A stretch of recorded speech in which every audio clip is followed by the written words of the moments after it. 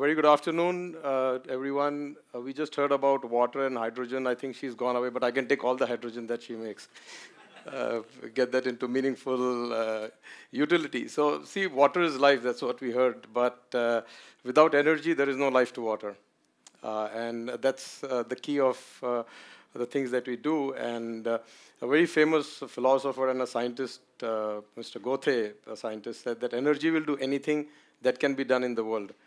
So there is nothing that we cannot do if we have energy at our disposal. So that's my company, h2e Power Systems, a company that I founded 8 years ago. We are a fuel cell-based technology company. We are working in solid oxide fuel cell technology. Like I said, we were formed in 2011 with the vision to provide 24/7 clean, green, reliable, and affordable energy to all. The focus again, the company, when we formed the company, was to provide energy to the villages, to the farmers. And that was one of the key ingredients why this company even exists. And we are still following up on that particular vision.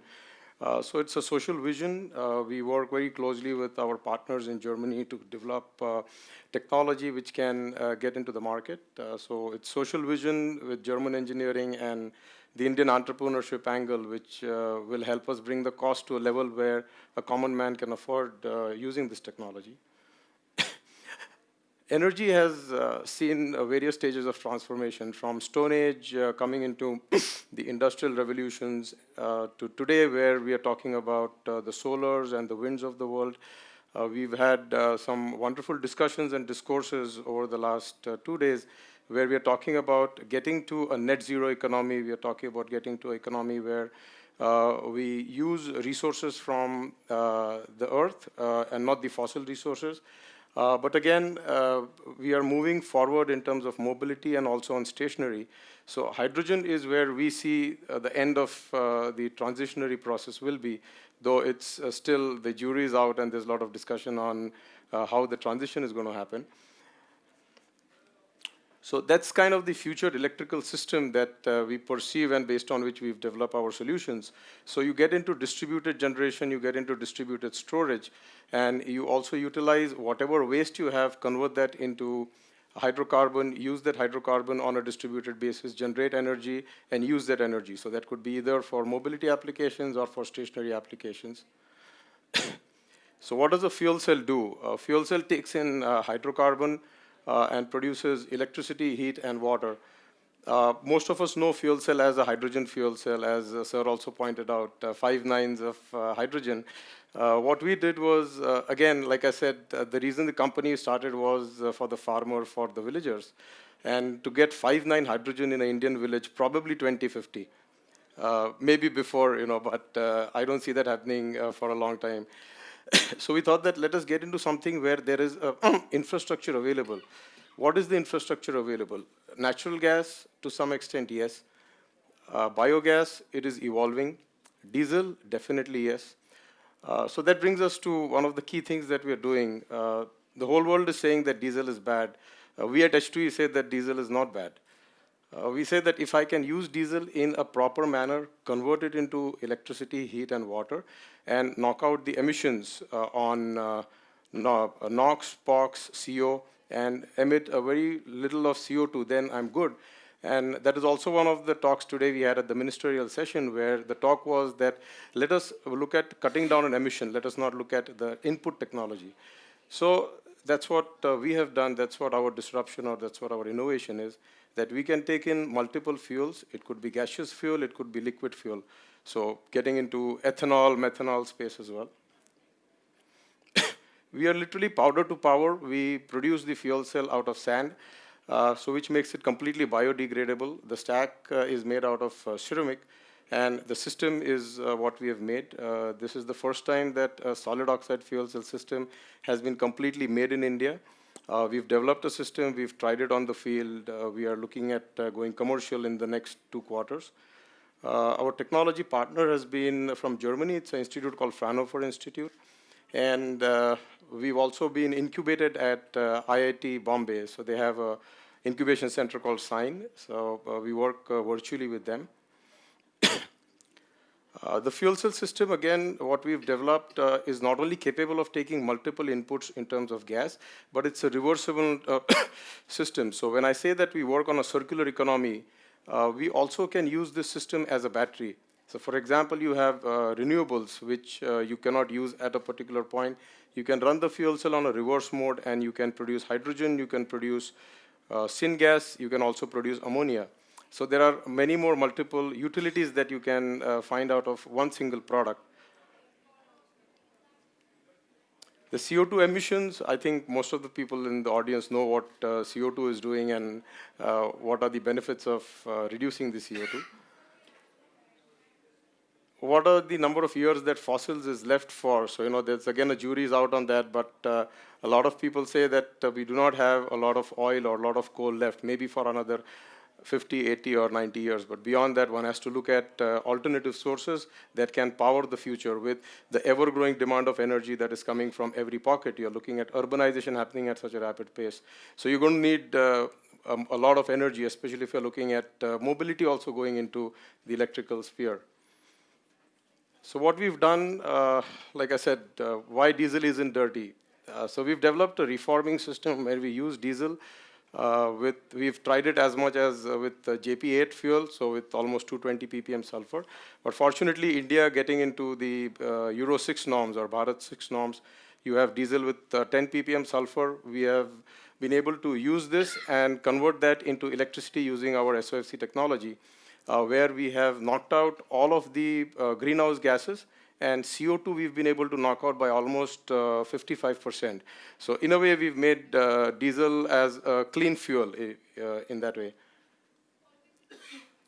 Where is the energy transition taking us? So in the present, we're using coal, hydro, solar, nuclear, and we make electricity. We are using diesel, petrol, CNG for mobility.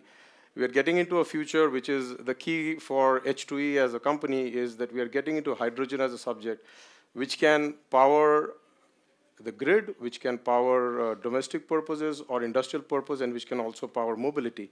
So that has been the approach for taking h2e from an idea company to a commercial company is to get into the hydrogen economy. We're taking biogas or natural gas, reform it, or even diesel, for example, and use that technology or use the energy or electrons to power a home, to power an industry, to power, for example, even this hotel, or even provide electricity for charging electric vehicles. So what's unique about our technology? We are more a solutions company than a product company. Of course, fuel cell is the core of our product technology, but what we thought was that instead of just using fuel cell, we use a hybrid of technologies. We use renewables, maybe solar or wind. I use a battery and I use fuel cell. That way, I will be able to provide a solution which is 24/7, a solution which is comparable or cheaper than the grid. And this is something we've proven on simulations as well. And a solution that is completely clean, because then I'm using the renewables, I'm also using storage technologies. Using that, we've developed certain solutions. One of the solutions we've developed is for the farmer. We call it the Urja Rath, or the farm fuel cell. It is a wheel-mounted system which has got a 500-watt fuel cell. It's got a 2-kilowatt solar mounted on it, and with which the farmer can take it to his farm. He can run his entire farm, including his pumps, harvesters, what you may, bring it home and run his home. What we're trying to do here is make farmer an independent energy entity where he can convert his farm into a factory. So just talking some numbers, there are 108 million cultivators in this country. Out of 108 million, 90% are energy starved. If all of them can get energy, all of them can convert their farm into a factory, I think we can surpass Honorable Prime Minister's dream of 8 or 9% GDP growth. We can go much beyond 10%. So that's something we are working with the farmers. We're developing something for a home-based energy device. So you can power your home using all the waste from your home, convert it into gas, use that gas to make electricity, heat, and water. And from the electricity, we are trying to generate cold air, so I can run your air conditioning as well. Another product we are working on is for charging of electric vehicles, setting up the infrastructure. And we are working on microgrids. So you set up things in villages and power the entire villages. And on the solid oxide electrolyzer side, as I said, that we can generate hydrogen, we can generate methane, syngas, and we can also generate ammonia.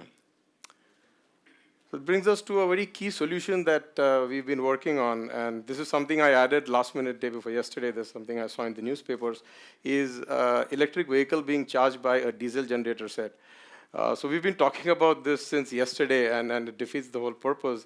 We heard Bob from BP talking about this, that in China they have all the electric vehicles, but they are getting charged with coal. So you're really not doing justice to what a battery electric vehicle can do. We took this idea to Indian Oil, and we said that, hey, why don't we build up a solution to solve this particular problem? So as part of the Startup India movement, we were very lucky to get associated with Indian Oil. So with Indian Oil being our mentor, we did our fair bit of research, and we put up a solution wherein every gas station could have a solar fuel cell battery hybrid system using the current infrastructure on the gas station. So they do not need to use different infrastructure. They have the infrastructure available, they have diesel available, they have gasoline, they have gas on their petrol stations. So we use that, we power the petrol station, and we also charge electric vehicles. So with this solution, we are able to completely get the power station off the grid. And not only that, we are able to charge vehicles in a clean manner. So you're no longer dependent on your coal grid, or you're no longer dependent on the fossil grid to generate electricity. So that's the annual impact that we are looking for. What's the voltage you supply here for charging? 48? 48.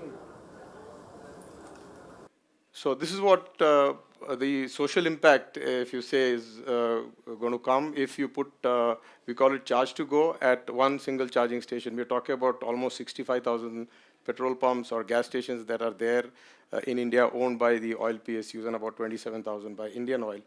So what we're trying to come is to this particular level where you really are clean. The feeling of cleanliness is not good enough. You really need to be clean. That's how our farmer-based system works. We tried it on sugarcane. We've tried it on banana plants, wherein we were able to save almost 25,000 liters of water per acre per month. And that's not because of our technology, but because we're able to give power 24/7 to the farmer, who could then judiciously use power and irrigate his farm or run his systems on the farm. The system for the village, this is again a bigger version of what we are doing at the gas stations. We are doing a smaller system at the gas station. We expand it, and we get into something, a term that the Honorable Minister had coined was energy farming. So, we get into a village and we take all the biomass there, convert that into gas, put it in the fuel cell, and power every home. So, model village that we are working on right now, we are able to provide about 3 kilowatt hours of power per day per household. See, the Indian average is about 2.89. And if you go into the village average is even less than 1. So we're trying to give them at least somewhere closer to the Indian average or a little above. And that can really transform lives. That can really help them get into the real ecosystem of the world, get into the development ecosystem. We are working on multiple other alternatives. See, we have the base technology, we have the core knowledge. And in Indian Oil, we have a partner who understands mobility, who understands gas, who understands oil. So with them, we are working on multiple fronts. We are trying to develop a SOFC-based APU, which can go into vehicles. So you use diesel, and you power the engine using a SOFC system. We are also working on flare gas monetization. So there's a lot of flare that happens not only in India, but all over the world. And that goes least reported because, I don't know, it's the best kept secret of the oil and gas industry. But if we can monetize that gas, we're talking about cleaning up the environment to a great extent. And SOFC technology is one such technology that can take all these impurities and even handle the pressures of the flare that comes out of the well and convert that into electricity, heat, and water, which can then be used for different applications. We are also working on locomotives where we use this APU whenever the locomotive is in service or is standing. They always use diesel generator sets. So we're trying to replace that and convert that into fuel cell-based system. We're working on telecom towers, which again is a very, very interesting opportunity for us. We're working with the defense establishment to provide a replacement for DG sets to begin with, and then get into their critical installations, because another key feature of a fuel cell is that it cannot be detected on a radar. It does not have any thermal footprint. It does not make any noise. It does not have any vibrations. And it is at least 2.5 times more more efficient than a diesel generator set. And it does not lose efficiency even on high altitude. So we've run one of our systems at the Everest Base Camp, which ran for about 4 months, and we were powering a Sona unit there. It was just more like a demonstration. But at the base camp, we could get almost 51% efficiency on the system. Brings us to another project we are working again with Indian Oil is range anxiety. E-rickshaw, for example, they have an 80-kilometer range today, and then they need to spend 4 or 5 hours to charge their rickshaws. We are trying to introduce a fuel cell on board which will keep charging the battery at all times. And with that, I'll be able to get a 250-kilometer range, and the refueling time will take 2 or 3 minutes, because it's going to be a gas tank which get refilled. So it could be either CNG or LPG tank. And that can be a big disruption, especially with the way battery technology is going.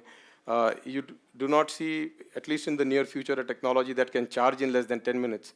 And for a rickshaw driver, if he has to sit idle for 4 hours, that means a loss of at least 60 to 70 rupees of income per day. We've been busy in terms of the scientific work that we are doing. With Indian Oil itself, we have filed 5 patents actually. 4 of them were filed last week, where we are doing some really interesting stuff. One of the key things we are doing is multi-fuel capability. See, every single day, the gas composition that comes into the system is not going to be the same. So we're developing an algorithm where it can take a 10% spread in terms of the gas composition. So I can accommodate gas with different impurities. And we are also working simultaneously on shift between gases. So I use LPG today, tomorrow I use a CNG, day after tomorrow I use a biogas. The next day I use just pure methane. So that's something that is part of our patent with Indian Oil. Again, it's a matter of pride for us. There are about 5,000 patents on fuel cell as a subject which are issued in the world. 90% of them are written by Indian. 0% of them are owned by Indians, except for these 5 patents we filed with Indian Oil. So it's a proud moment for us, yes. Like I said, we started in 2011, and we are setting up our manufacturing facilities in India as we speak. And we would go completely commercial next year around the same time in 2020. What we're doing is also going to help the government initiative of Sadat in terms of how the transportation is going to look, and how the core infrastructure on oil and gas is also going to be. So you're talking about gas pipelines, protecting those gas pipelines, and providing them a solution which is completely clean, completely green, and which is maintenance-free. See, that's the biggest advantage of a fuel cell system, is that we need minimal or very low maintenance. So that's what we're trying to do, is we're empowering the world with good energy solutions that what h2e is developing. We're proud that we are the first Indian company in the SOFC space, and proud that we are part of the oil and gas ecosystem, which is the key to providing energy to the last mile. Any questions? I'll be more than happy to answer. Thank you. So how many which are left? It's only one prototype, or? We've made 4 prototypes so far. So we've run it on different crops at different geographical conditions. What is the business model there? Like, so who invests the money? No, there we would have the farmer who would invest the money, and we are working on a financial model whereby he will end up paying about 1,000 rupees a month, which is pretty okay for him to get 24/7 power, because his productivity is going up by almost 25%. So he's going to make at least 3,000 rupees is what, if you look at the return ratio, he invests 1,000, he makes 3,000. So that's good for him. So basically the technology where you mentioned hydrogen. Hydrogen for you is a means and not the end goal. You're you're not working towards selling hydrogen, but actually creating solutions out of the intermediate step of creating hydrogen. Of course, of course. See, we are focusing on two things. One is we are focusing on the transition. So we are traveling from place A to place B. So that transition is going to take you till up till 2035 or 2040. Till when you definitely going to have the diesel around in the world. You're definitely going to have natural gas around in the world. So you take care of the transition, and when the transition is over, the same infrastructure can use whatever is the material available in 2040. For example, maybe 9.5 hydrogen is going to cost less than $1 in 2040. You never know. That was the purpose of the question, is really when we are talking about hydrogen in Indian economy sense right now, it doesn't look like near future hydrogen is big. What you seem to have done is actually not focus on hydrogen, but focus on the solution.